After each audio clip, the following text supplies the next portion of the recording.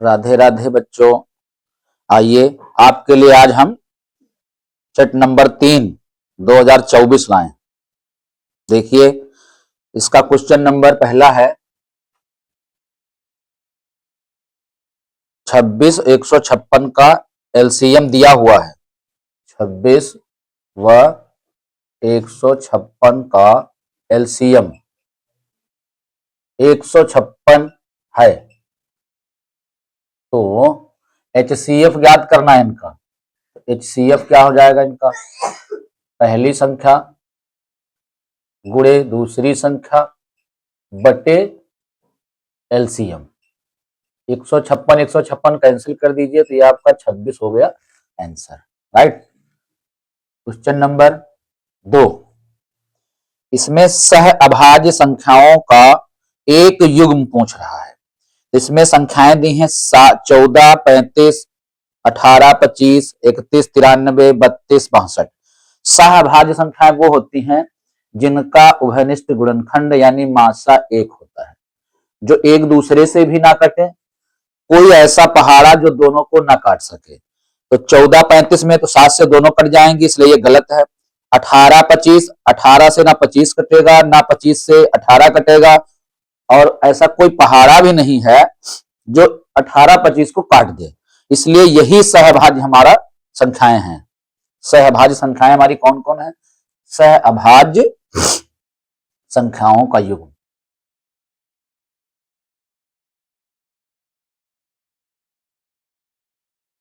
सहभाज्य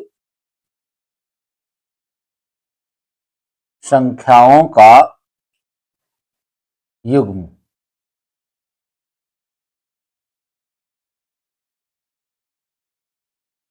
क्या है हमारा? 18, 25। और एक क्या ध्यान रखना सब लोग, सभी बच्चे ध्यान रखेंगे कि इनका मासा भी सदैव एक होता है। ये परीक्षा में बहुत बहुविकल्प में पूछा जाता है। अथवा सह अभाज्य संख्याओं का मासा, सह अभाज्य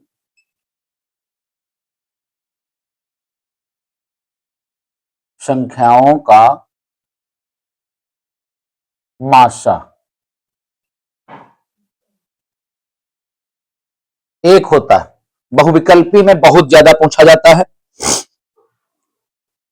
नेक्स्ट क्वेश्चन आपका है 3 नंबर।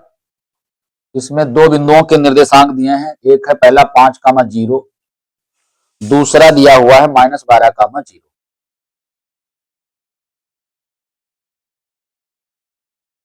ये कह रहा है कि इनके बीच की दूरी होगी, निकाल लो इन दोनों बीच की दूरी।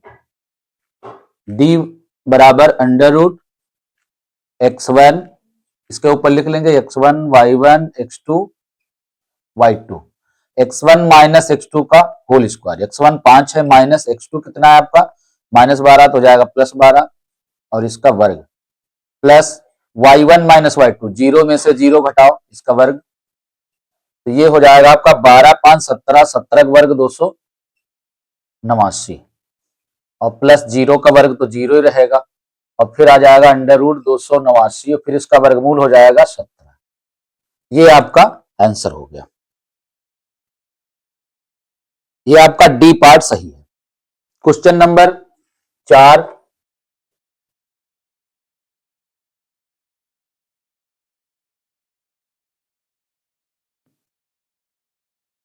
सभी बच्चे इन एमसीक्यू प्रश्न पर ज्यादा ध्यान देंगे, क्योंकि ये सरल भी होते हैं, छोटे छोटे होते हैं, और ये कभी कभी 2-2 नंबर में पूछ दिए जाते हैं, इसलिए इन पर थोड़ा ध्यान रखना है, ये ना आपके मिस होने पाए। आपके रिजल्ट को यही बेहतर बनाते हैं। दिया है वो छोटी से छोटी संख्या जिसको 35, 56, 91 से विभाजित करने पर प्रत्येक दशा में 7 शेषफल होगा। यहां से हम क्या करते हैं, इनका एलसीएम निकाल लेते हैं। 35, 56, 91, 35, 56 और 91, इनका एलसीएम निकाल ले क्या होगा।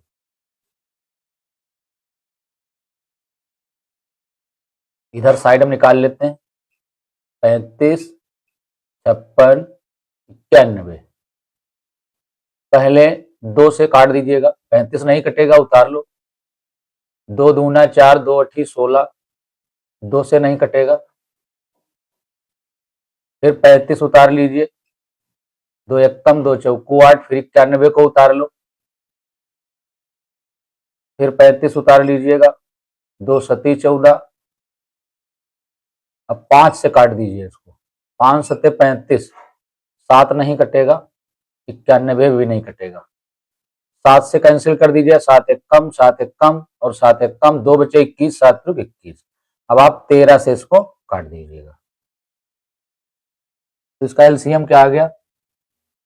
2 गुणे 2 गुणे 2 गुणे 5 गुणे 7 गुणे 13, गुणा कर लो इनकी। 2 दूना 4, 4 दूनी 8, 8 पंचे 40, 40 सत्ते 280 और गुणे 13, 0, 13 अठी 104, हासिल है 10, 13 दूना 26, 26 10 36, ये हो गया। अब यदि हम 35 से इसको भाग करेंगे तो ये पूरी पूरी कट जाएगी। एलसीएम का नियम होता है, जिनका हम एलसीएम निकालते हैं वो संख्याएं उससे पूरी पूरी कट जाएंगी, है ना। तो इन संगीत इससे एलसीएम पूरा पूरा कट जाएगा, 35 से भी कट जाएगा, 56 से भी कट जाएगा, 91 से भी पूरा पूरा कट जाएगा। तो हमारा जो शेषफल है वो 7 नहीं आएगा, 0 आएगा। तो इसलिए ये पूरी पूरी कट जाएगी, शेषफल 7 कैसे बचेगा? तो इसमें हम 7 और ऐड कर दें तो हमारी छोटी छोटी संख्या कौन सी बन जाएगी? जो पूछ रहा था, छोटी से छोटी संख्या,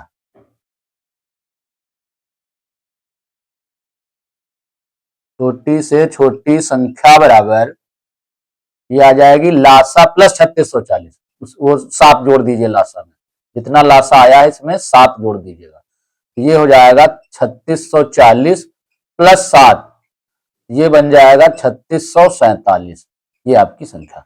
अब जब कभी आप इसको भाग करोगे इन संख्याओं से तो सदैव 7 शेष बचता रहेगा। तो ये आपका सी पार्ट सही है। बहुत बढ़िया प्रश्न है। ऐसे प्रश्नों पर विशेष ध्यान रखना जो थोड़ा हट के होते हैं। फिर कह रहा है क्वेश्चन नंबर अगला भी ठीक है, 5 नंबर क्वेश्चन है, इसमें कह रहा है 8 के प्रथम 15 गुणजों का योगफल बताना है। 15 गुणज, इसकी एपी बना लीजिएगा। तो पहला गुणज 8 का है 8, दूसरा 16, तीसरा 24 और 24 8 32, ऐसे ही सारे गुणज हो जाएंगे 15 गुणज। तो इसमें ले लीजिए n बराबर 15, 15 गुणज है इसलिए गुणजों की संख्या रहेगी 15। हमको इनका योग बताना है, यानी हमको निकालना क्या है? S15 बराबर क्वेश्चन मार्क, 15 गुणजों का योग S15 बराबर SN वाला फार्मूला डाल दीजिए, यानी अपॉन 2 और ब्रैकेट में 2a plus n minus 1 into D. यहाँ पे यस 15 है तो हो जाएगा n बटे 2 मतलब 15 बटे 2, ब्रैकेट में 2a प्लस फिर n माइनस 1 मतलब 15 माइनस 1 इंटू डी, ये हो जाएगा। अब यहां मान रख दीजिए 15 बटे 2, ब्रैकेट में 2 गुणे a का मान 8 प्लस 15 में से 1 घटाओ 14 गुणे डी का मान। अब 16 में से जब 8 घटाओगे तो 8 ही बचेगा, ये आ गया। अब इसको देख लीजिए क्या हो जाएगा, ये 15 बटे 2 लिखा रहने दो, ब्रैकेट में क्या हो जाएगा 8 दूनी 16 प्लस और इसकी गुणा कर दो 14 से, 14 अठी 112। अब क्या करेंगे, 15 बटे 2 लिखा रहने देंगे और अंदर क्या हो जाएगा गुणे 112 में 16 जोड़ दीजिए, हो जाएगा 128। ठीक, अब 2 से काट दीजिएगा, 2 छंग 12, 2 चौकू 8, तो हमारा आंसर आ जाएगा 15 गुणे 64। इनकी गुणा कर दीजिए, कितना आंसर आएगा 12 चौक 48, हासिल है 4, 12 छंग 72, 4 76, 768, 768। ये नहीं आ रहा, कहीं पे मिस्टेक हो गया है, पार्ट नहीं मिल रहा है। 8 8 दूनी 16, 8 24, 8 चक्कू 32, 15 गुणजों का योग बताना है। कहाँ मिस्टेक हुई है? 15/2 2a प्लस 15 - 1 इंटू डी 15/2 और गुणे ये यहाँ पे मिस्टेक हुई, लिखना चाहिए था 15 गुणे 64, लिख गया है 12। ये आंसर हो जाएगा आपका 15 चक्कू 60 का 0 हासिल आए 6, 15 छक्का 90 और 6 96, यानी 960 हमारा आंसर हो गया। ये आपका ए पार्ट सही है, समझ में आया? ठीक।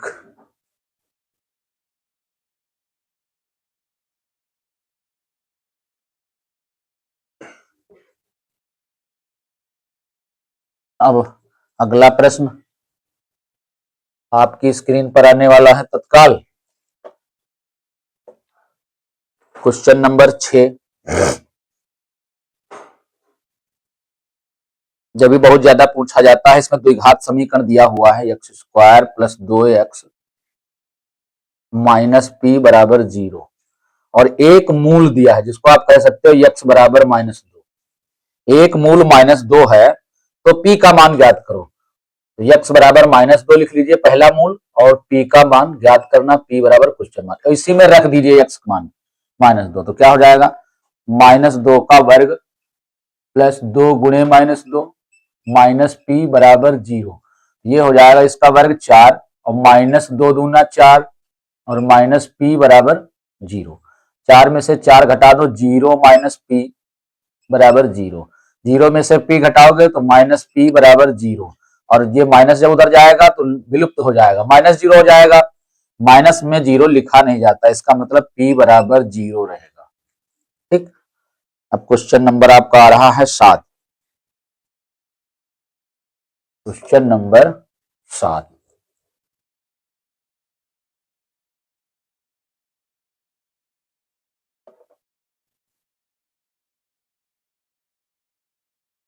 ये 7 नंबर क्वेश्चन है, पूछ रहा है एक्स अक्ष पर स्थित बिंदु एवं बिंदु 5, -2 और -3, 2 से समदूरस्थ बिंदु के निर्देशांक होंगे। कैसे क्या करोगे? देखो एक्स अक्ष पर पूछ रहा है तो एक्स अक्ष पर मान लीजिए कौन सा बिंदु है, माना एक्स अक्ष पर निर्देशांक। अच्छा, जो एक्स अक्ष पर निर्देशांक होता है उसमें y 0 रहता है, तो x, 0 लिख लो। अब थोड़ी सी पहचान तो हमारी हो जाएगी, चारों विकल्पों में y किसमें 0 है, यानी दो पार्टों में हमारे पास है। ए पार्ट में 0 है y का मान और डी पार्ट में, बीच के दो पार्ट हमारे समझो गलत हैं कतई। तो इसमें अब कंफर्म करना है तुमको कौन सही है, क्लियर। अब ये जो बिंदु दिए हुए हैं, ये हमारा जो बिंदु है इनसे दो समदूरस्थ हैं, बराबर दूरी पर बिंदु दिए हुए हैं। कौन कौन है? ये बिंदु जो हमारा है इन दोनों बिंदुओं से समदूरस्थ है, यानी बराबर दूरी पर है। ये बिंदु मान लेते हैं P, x, 0 और ये जो समदूरस्थ है हमारे बराबर दूरी पर है उनका नाम हम रख लेते हैं A और B। इनके निर्देशांक दिए हुए हैं, क्या दिया है? पहले का A का दिया है 5, -2, ये हो गया। दूसरे का क्या दिया है? -3, 2, ये हो गया। -3, 2 हो गया। चलो आते हैं भाई, देखते हैं। चूंकि बिंदु क्या है, ए बी समदूरस्थ है उस बिंदु से, इसलिए क्या रहेगा? लिख दो चूंकि बिंदु समदूरस्थ है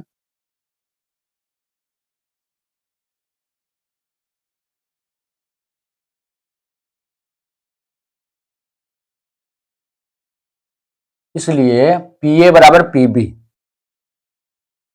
इसलिए क्या रहेगा? पी ए बराबर रहेगा पी बी के। या इसको हम ये भी कह सकते हैं पी ए स्क्वायर बराबर पी बी स्क्वायर। ठीक है। अब क्या करेंगे?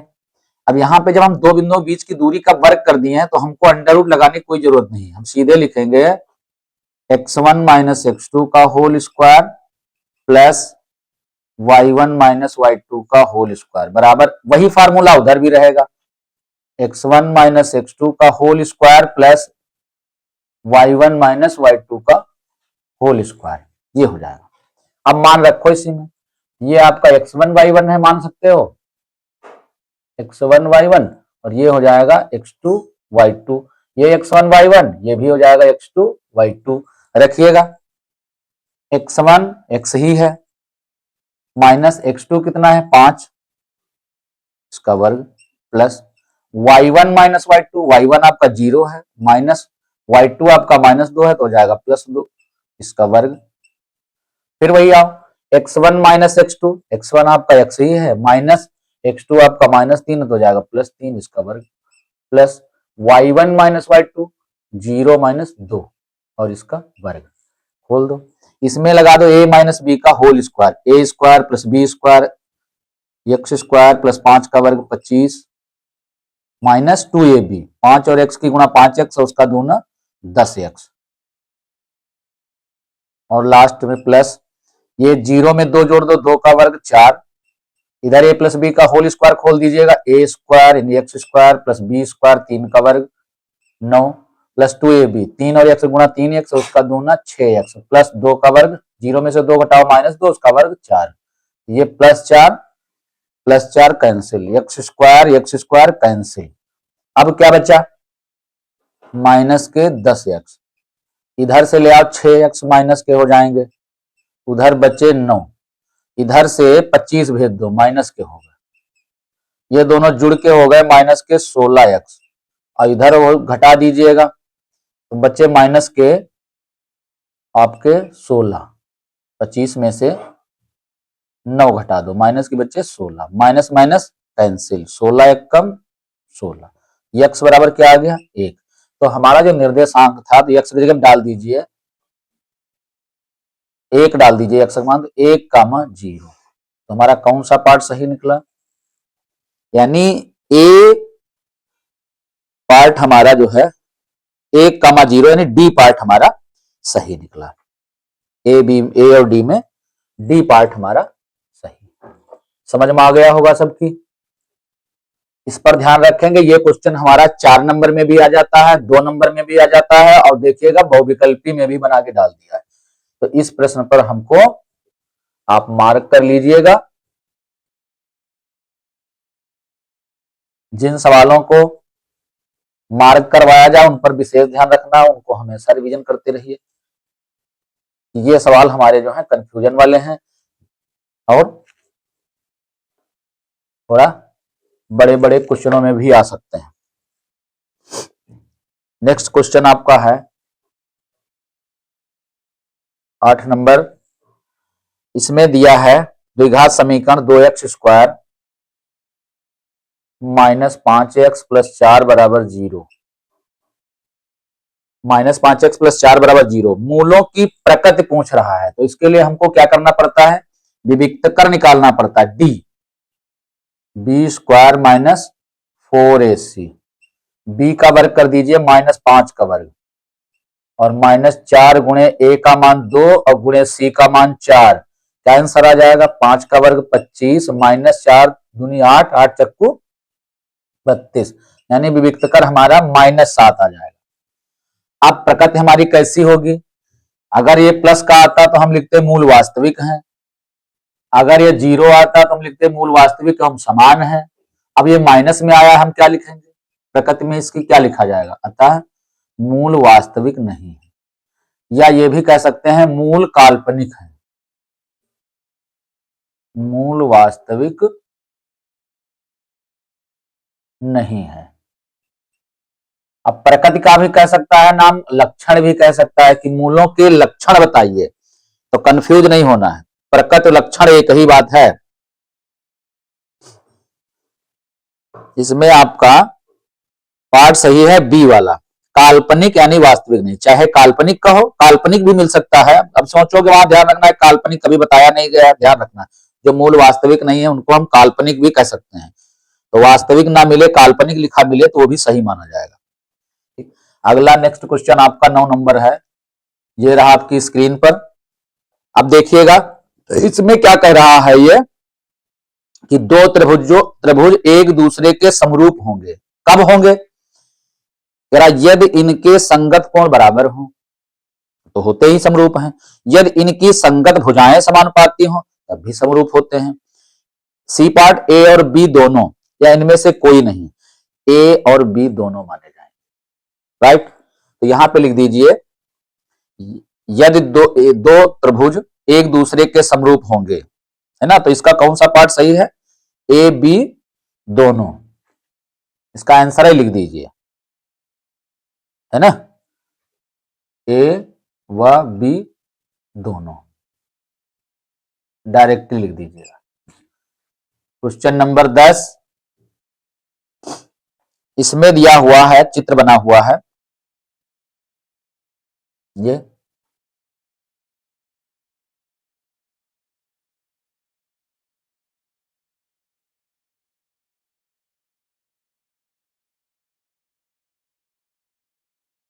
ए B A C B D, A C और बी डी,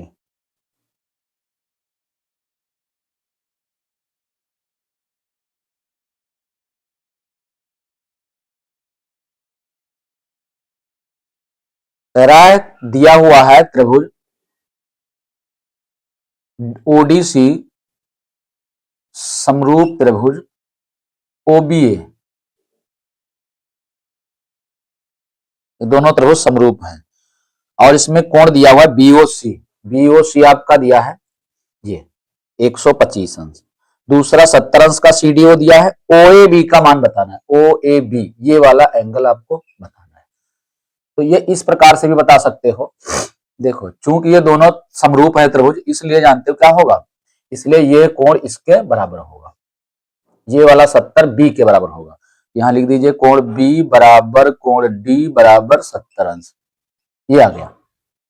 अब हम क्या करेंगे, जब ये हमको 70 मालूम हो गया तो ये कोण हमको निकालना है, ये वाला पता कर लें कितने अंश का होगा, ये पता करें तो रैखिक युग्म से लगाइएगा, बी ओ सी, यस, इसका ये पड़ोस वाला निकाल लें, फिर शीर्षाभिमुख कोण देख सकते हैं, ठीक, नहीं तो ऐसे ही निकाल लीजिए बीओसी और एओ बी, क्योंकि एओ बी प्लस और बीओ सी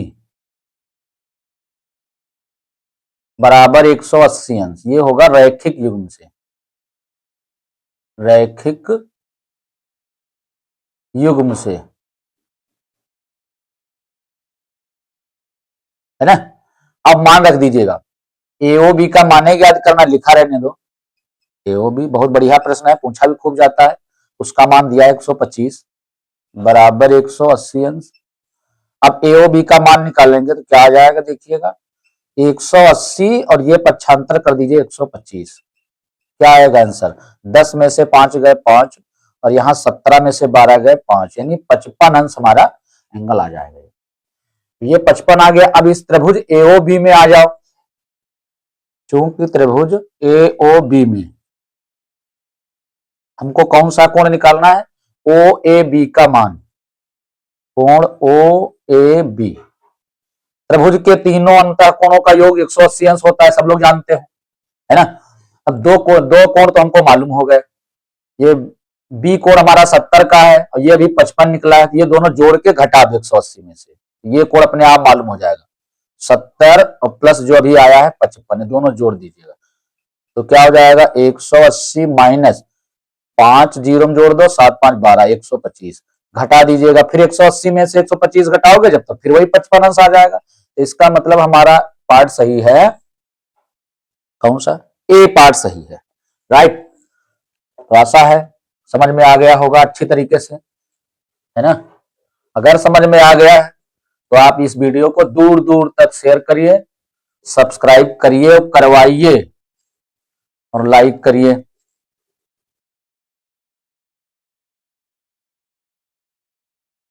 ठीक है बच्चों, देखिएगा नेक्स्ट क्वेश्चन आपका 11 नंबर, ये क्वेश्चन आपका बहुत ही इंपॉर्टेंट है, बता चुके हैं सारे बहुत ज्यादा पूछे जाते हैं। यदि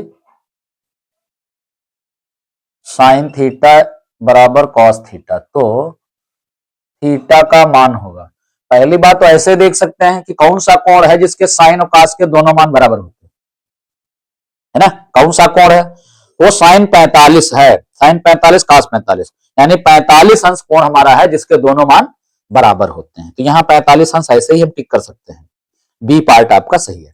अगर मान लेते हैं 2 नंबर में लगाने को आ जाए तो थोड़े आप डायरेक्ट लिखोगे, तब क्या करोगे? तब ये cos थीटा इसके नीचे बटम ले आओ, तो साइन थीटा बटे cos थीटा बराबर उधर क्या बचा? कुछ नहीं, मतलब 1, 0 नहीं लिखेंगे ताकि क्रॉस इसके नीचे 1 लिख के मल्टीप्लाई करें तो सेम हमारा ऊपर वाला आ जाए। तो साइन थीटा बटे cos थीटा क्या बन गया? tan थीटा बराबर 1, और tan थीटा बराबर, ये tan कितने का मान होता है? tan 45 अंश का, तो थीटा बराबर क्या आ जाएगा? 45 अंश। जब कोणों की तुलना करेंगे थीटा बराबर में कितना आ जाएगा? 45 अंश, है ना। अच्छा, ये कह दे कि इसको रेडियन में चेंज करो, तब आप क्या करोगे? मान लो पाई के बटा में आ जाए आंसर, है ना। तो हम कम से कम सब लोग ये तो सीखें कि रेडियन में हमारे मान क्या हो सकते हैं। तो 45 अंश आ गया, और ये आंसर आपका पाई के रूप में दिया हो, रेडियन में आ रहे हो, आप क्या करोगे इसके लिए? तो इसके लिए थोड़ा हम बढ़ाए दे रहे हैं, हालांकि आपका आंसर यही सही है। अगर रेडियन में कहे तो क्या करोगे? 45 अंश को पाई बटे 180 से और गुणा करोगे, 45 चक्कू 180, तो आपका आंसर जो रेडियन में आएगा वो पाई बटे 4 आएगा, ये माना जाएगा। तो इस प्रकार से भी पूछा जा सकता है, पूछे जाते हैं, है ना। ये नहीं बाद में सोचना रही है तो हमको पढ़ाया ही नहीं गया। हम तो पढ़ा रहे हैं, ध्यान रखना भैया, है ना। नहीं तो बाद में पछताओगे, सर जी कह रहे थे वही आ गया। ये प्रश्न आपका भी बहुत बढ़िया है, साइन 15 बटे cos 75, बहुत बढ़िया प्रश्न है। क्या करना है इसमें? सॉरी, एक को रोक लेना है, दूसरे को चेंज चाहे जिसको रोक, हमारी मर्जी। चलो साइन 15 को रोक लेते हैं। अभी इसको रोक लिया हमने, चेंज करेंगे इसको। cos 75 की जगह पर हम चतुर्थांश बनाएंगे, ध्यान रखना सब लोग। क्या बनाएंगे? देखो, cos लिख क्या सकते हैं?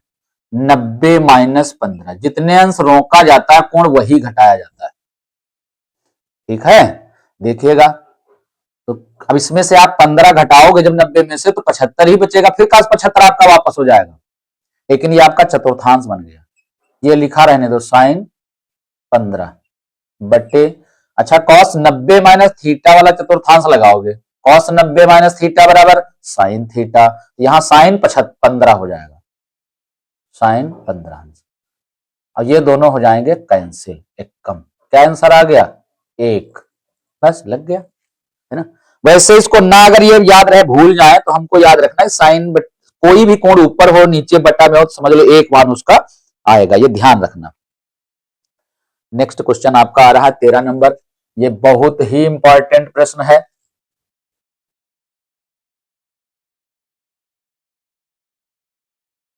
आप जुड़े रहिए, वीडियो को शेयर करते रहिए, सब्सक्राइब करवाते रहिए, और हम आपको ऐसे ही अच्छे अच्छे प्रश्न देते रहेंगे निरंतर। आपके 20 में 20 आने चाहिए, और हम दिला के रहेंगे, हम पीछे हटने वाले नहीं। दिया हुआ है, यदि sine theta minus cos theta equal to 0, तो हमको मान बताना है sine power 4 theta plus cos power 4 theta, इसका मान बताना है, राइट। क्या करेंगे? अब हम फंसे यहां पे, है ना, लेकिन नहीं, घबराना नहीं, ना भैया ना, घबराओ ना। देखो, माइनस कॉस थीटा का फिर पक्षांतर करो, तो यह क्या हो जाएगा हमारे पास में? साइन थीटा बराबर हो जाएगा ये प्लस का कॉस थीटा। फिर वही काम करो, अभी अब इसके ऊपर कर चुके हैं हम, ये कॉस थीटा बटम ले आओ, साइन थीटा बटे कॉस थीटा, ये बन जाएगा उधर 1, कुछ नहीं, मतलब 1 बचा आपका। और ये अब साइन थीटा बटे कॉस थीटा क्या बन गया? टेन थीटा बराबर 1, और टेन थीटा बराबर टेन कितने का मान होता है? टेन 45 अंश का मान, तो थीटा बराबर कितना आ गया? 45 अंश। वाह भैया वाह, आया समझ में। चलो आगे बढ़ते हैं, हमको मान किसका बताना था? Sign power 4 theta plus cos power 4 theta, इसी में थीटा की वैल्यू रख दीजिए, मान रख दीजिएगा इसका, क्या हो जाएगा देखो, साइन की पावर 4 45 अंश, थीटा की जगह पे रखना प्लस कॉस की पावर 4 45 अंश।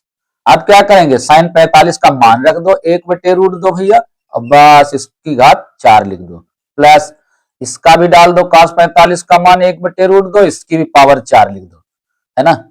अब क्या करोगे, इसको 4 बार गुणा करोगे लिख के, है ना, क्या आएगा, 4 बार जब गुणा करोगे ऐसे लिख के 1/√2 गुणे 1/√2 गुणे 1/√2 गुणे 1/√2, ऐसे तो क्या आएगा 1/√2 गुणा 2, फिर 1/√2 गुणा 2 आ जाएगा 1/2 दूना 4, ये आ जाएगा।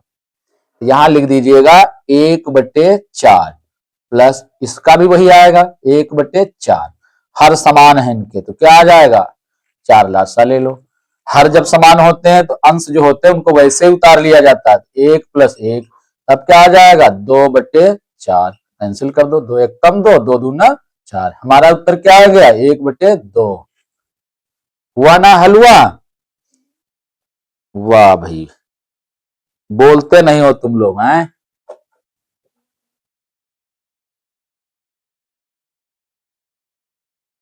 चलो नेक्स्ट क्वेश्चन लेके आते हैं, आपके सामने हम क्वेश्चनों का अंबार लगा देंगे, बस ठहरिए रुकिए और देखते जाइए। क्वेश्चन नंबर 14 जो आपको देख रहा है ना, क्या है, sec a + tan a, ये आपका क्वेश्चन जो है बहुत इंपॉर्टेंट है, ये भी टिक कर लीजिएगा जितना बताएं, ताकि बाद में पछताना ना पड़े, हम नहीं जानते फिर बाद में बताओगे तो हम बहुत डांटेंगे फिर।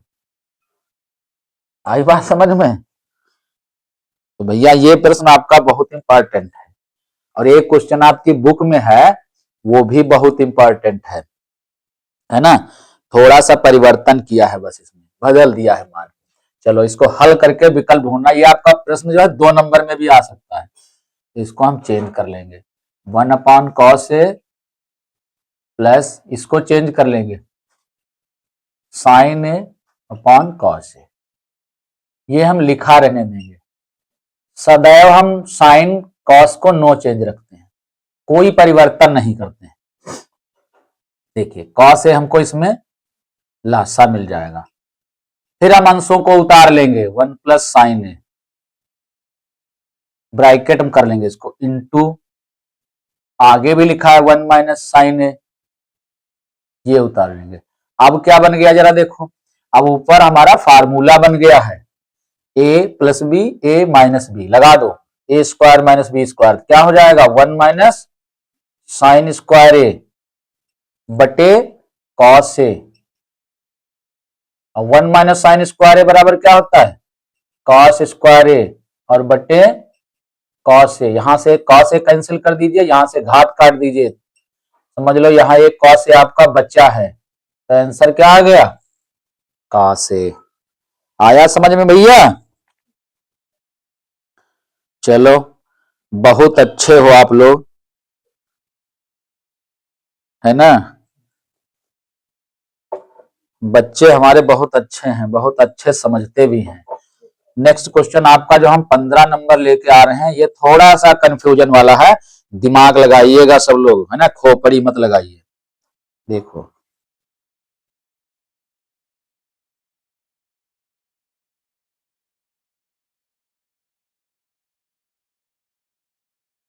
ये हम भैया मकान का चित्र बना रहे हैं,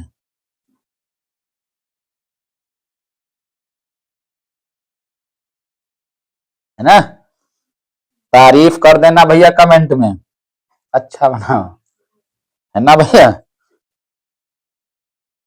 हाँ तब हम समझ जाएंगे तुम देखते हो वीडियो हमारा।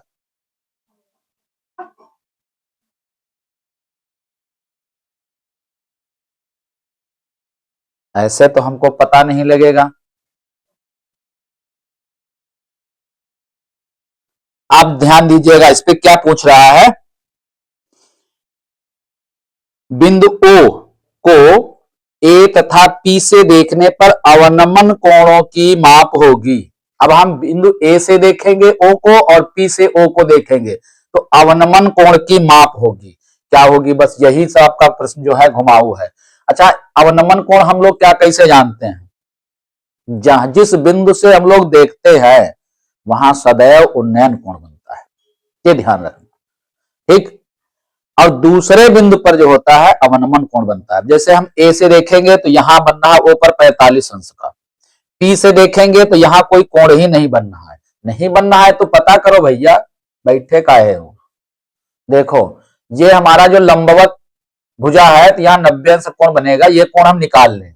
कितना आ जाएगा ये कोण? पी ओ क्यू का मान है ना, पी ओ क्यू का मान निकाल लें।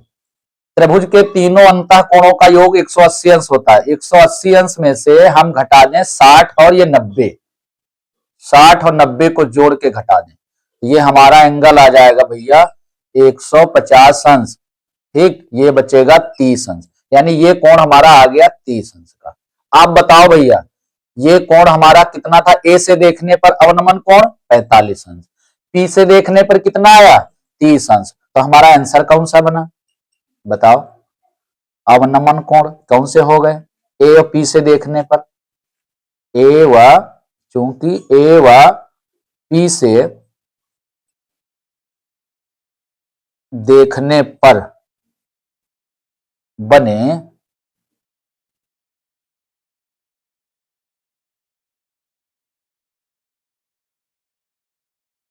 अवनमन कोण कौन कौन से बनेंगे? आपका पहला ए से देखने पर 45 अंश बनेगा कामा, और पी से देखने पर 30 अंश बनेगा। ये आपका असली आंसर है। अब तो भैया समझ में आ गया होगा है? अब तो आप कमेंट में बता ही सकते हो हैं? कैसा लग रहा है आपको? समझ में नहीं आ रहा? नहीं आ रहा है? ठीक है भैया, समझ में आ जाए तब भी फॉलो करना, ना समझ में आ जाए तब भी फॉलो करना। ठीक भैया? हाँ, हम बहुत जिद्दी हैं, हम आपको ऐसे ही प्रश्न देते रहेंगे, है ना। जब तक हम आपको 20 नंबर नहीं दिला देंगे तब तक रुकने वाले नहीं हैं। कुछ भी कर लो भैया। अब आपका 16 नंबर क्वेश्चन आ रहा है। ठीक है भैया, देखो बच्चों, इसमें दिया है किसी त्रिभुज में, त्रिभुज एबीसी में कोण सी आपका 90 डिग्री दिया है। ठीक, कॉमा, और tan ए बराबर दिया है 1/√3। वाह भाई वाह, इससे हम एंगल निकाल लेंगे। tan ए बराबर, ये tan कितने मान होता है? जोर से बोलो कमेंट में। ए बराबर 30 अंश। अब हमको मान निकालना है sine into cos B plus cos into sine B का, तो हमारे पास बी कोण ही नहीं है, निकाल लो। वाह, हम ढूंढ लाएंगे। त्रिभुज एबीसी में 3 कोण होते हैं, ए बी सी, तुम्हारे ए सी पता है तो कोण बी निकाल लो। त्रिभुज के जो तीनों कोणों का योग होता है 180, उसमें से ए और सी जोड़ के घटा दो, एक 90 है और एक 30 है। क्या आ जाएगा? 180 माइनस 90, 30 जोड़ दो 120, यानी ये कोण हमारा आ गया 60 अंश का। पता हो गया? अब देखो, इसलिए हमको मान किसका बताना है? Sine A into cos B plus cos A into sine B. ठीक, अब देखिएगा, ये वैसे तो हम इसको बहुत शार्ट में लगा सकते हैं। देखो, हमारा ए कोण पता है, बी कोण पता है, ना मान डाल के हल करें तो कैसे निकाल सकते हैं अगर ध्यान रहेगा तो? कैसे? ये हमारा जो लिखा है फार्मूला ही लिखा है, साइन ए प्लस बी का फार्मूला है, sine into cos B plus cos into sine B. Sine A plus B का है तो ए प्लस बी मतलब है ए और 60 को जोड़ दीजिए, साइन 30 प्लस 60 साइन 90, और साइन 90 का मान 1, तो हमारा तुरंत आंसर मिलेगा। ठीक है बच्चों, अब अगर वो नहीं जानते तो कोई बात नहीं, फिर मान रखो। जहां ए लिखे हैं, कोण ए लिखा है वहां 30 30 रखना, जहां बी लिखा है वहां 60 60 रखना। ये हो जाएगा sine 30 into cos 60 plus cos 30 into sine 60, ऐसे भी रख सकते हो। अब यहां पे मान रखिएगा इनके, साइन 30 का मान 1/2 गुणे कॉस 60 का मान 1/2 प्लस कॉस 30 का मान √3/2 गुणे साइन 60 का मान ये भी √3/2, गुणा कर लो इनकी, एक एक कम 1/2 दूना 4 प्लस √3 गुणा 3 और बटे 2 दूना 4, हर समान है इनकी, लासा क्या मिलेगा 4, ऊपर वाले वैसे उतार लो 1 + 3, तो क्या आंसर आ गया 4/4, 4 एक कम 4, आंसर आ गया आपका 1, है ना। इतनी मेहनत हमको करनी पड़ी इसमें। वैसे तो ये शॉर्टकट बताए थे ना, साइन A + B का है तो साइन 30 + 60 साइन 90 साइन 90 मानिए, है ना, अगर याद रहे तो, नहीं तो फिर यही काम करना, है ना। अब भैया वाह, इससे भी बढ़िया प्रश्न आने वाला है, ये तो था ही, वाह, हम बता रहे थे कि अच्छे सवालों का, प्रश्नों का हम अंबार लगा देंगे, डटे रहो, है ना। हाँ, यदि आप हटे तो समझो, कहने मतलब नुकसान आपका है, हटना नहीं है, पकड़े रहना, छोड़ना नहीं, पकड़े रहना, है ना, ये चैनल आपका है। देखिएगा 17 नंबर क्वेश्चन है, एक घड़ी की मिनट की सुई 8 सेंटीमीटर लंबी है, त्रिज्या कितनी दी है, घड़ी की सुई जो होती है उसको त्रिज्या कहा जाता है, त्रिज्या हमारी है 8 सेंटीमीटर, ठीक भैया। अब देखिए, एक मिनट में सुई द्वारा बनाए गए त्रिज्यखंड का क्षेत्रफल, अब थोड़ा ध्यान देना, हम घड़ी भी बना लेते हैं भैया, मास्टर ही नहीं है ना, साथ साथ हम घड़ी भी बनाते हैं। देखिएगा, ये मान लो हमारा केंद्र है, यहाँ पे 12 बज रहे हैं, ये 1 बज रहा है, 2 बज रहा है और ये 3 बज रहा है, ऐसे, ठीक, ये ऐसे हमारा त्रिज्यखंड बनेगा। यहाँ हमारा 90 अंश कोण बनता है, इनको अगर मिला दें तो 5 मिनट में 30-30 अंश का कोण बनता है, कितने अंश बनता है,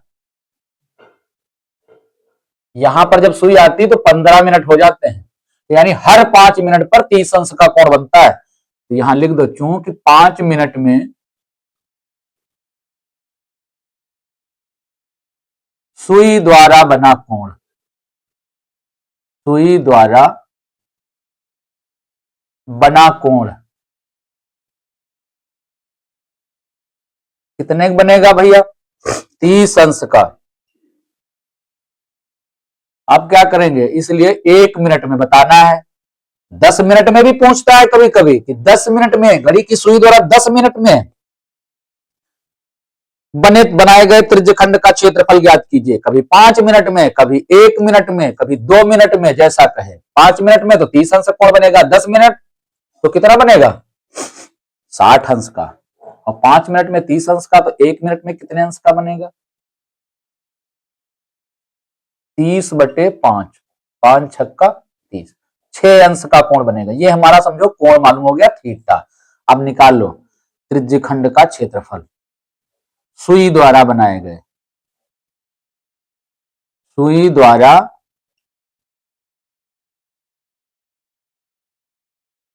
बनाए गए त्रिज्यखंड का क्षेत्रफल,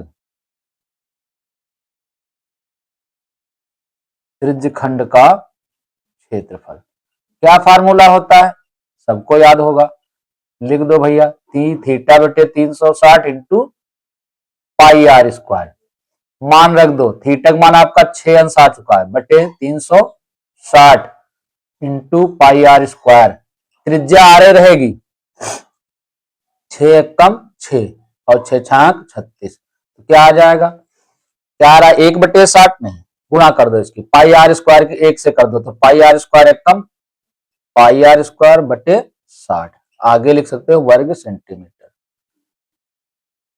ये हमारा आंसर रहा। कौन सा पार्ट सही है हमारा, ए पार्ट सही है, ठीक है भैया, ए पार्ट हमारा सही है। चलो, तो समझ में आ गया होगा, सबकी आशा है ना।